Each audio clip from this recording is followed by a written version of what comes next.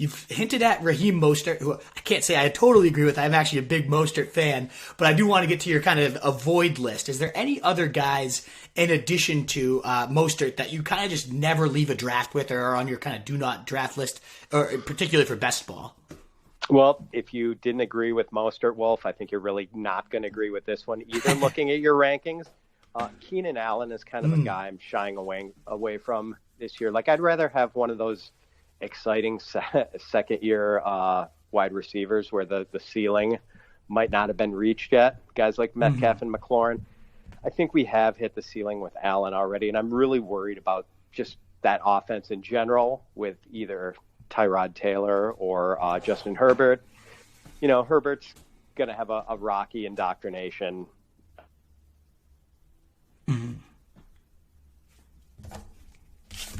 Here. Tyrod, you know, I know Tyrod was a useful fantasy player for a little while. I mean, I just don't think he's a very good quarterback. I mean, he might have been effective for fantasy for a while, but I just don't think he's a very good passer, and I don't think he can float wide receiver one numbers for anyone. You know, Allen's a terrific route runner. He's got good hands. He's a good player. I mean, he's had some bad luck with injuries, but I don't know that I'd go so far as to say that he's injury prone. I just don't think it's a great situation for him this year. And he did have an alarming disappearance last year where he just flat out died for like a month and a half. Yeah. And that was with Phillip Rivers there. And, you know, I'm not sure what happened there, but, you know, we saw that disappearance, and I don't know. I think there are going to be some other pretty empty weeks for him in this offense this year. So not touching him. We mentioned Mostert, and kind of another guy I just don't really like in that maybe fourth round area for running backs or so. James Conner. Like, I'd much rather draft a good wide receiver than James Conner. You know, he's a guy maybe we could talk about being injury prone. You know, I don't think he can hold up as any sort of workhorse back.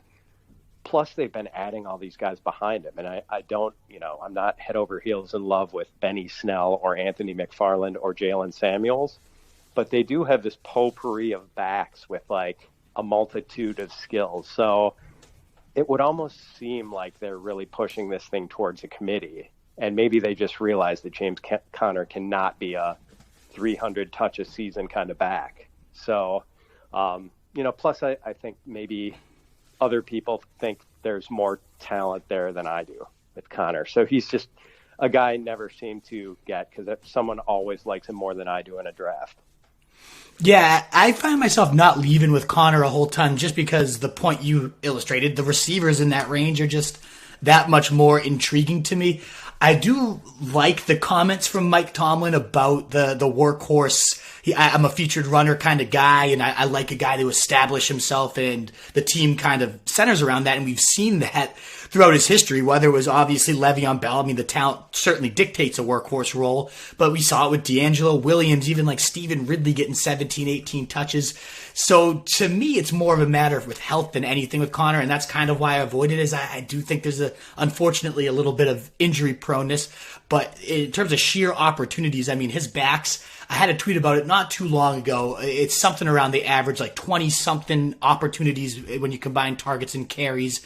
And the average finish when it's, you know, of his running backs, if you just took D'Angelo Williams' output and you took Le'Veon Bell's in the seasons that, you know, one or the other missed time, and you just kind of do the output of just the team running back, the workhorse starter, they average like a RB3 or so finish in fantasy, and that includes Conner, who we just saw finish as the RB5. So there is upside there with the round 4 price, but I'm with you. I'm not ending up with him all too often. If he does stay healthy, he'll probably be a league changer, in my opinion, but that is a huge one to bet on. And Keenan Allen, who you shouted, like, I don't know. I'm shocked actually kind of looking at my rankings that he's, you know, I'm as high one on him because, again, I think in his range I typically go running back. But I'm looking at mine. I might have to adjust it just a little bit. He's not a guy I'm like going out of my way to get. And by my rankings, it certainly looks like he is. So I don't have like a huge case for him. I just have always loved the things you highlighted. His route running, his his ability with Rivers has always been fantastic, but Tyrod is definitely a guy to be wary of. He had a couple, Sammy Watkins had a couple really nice stretches with Tyrod, but you're right.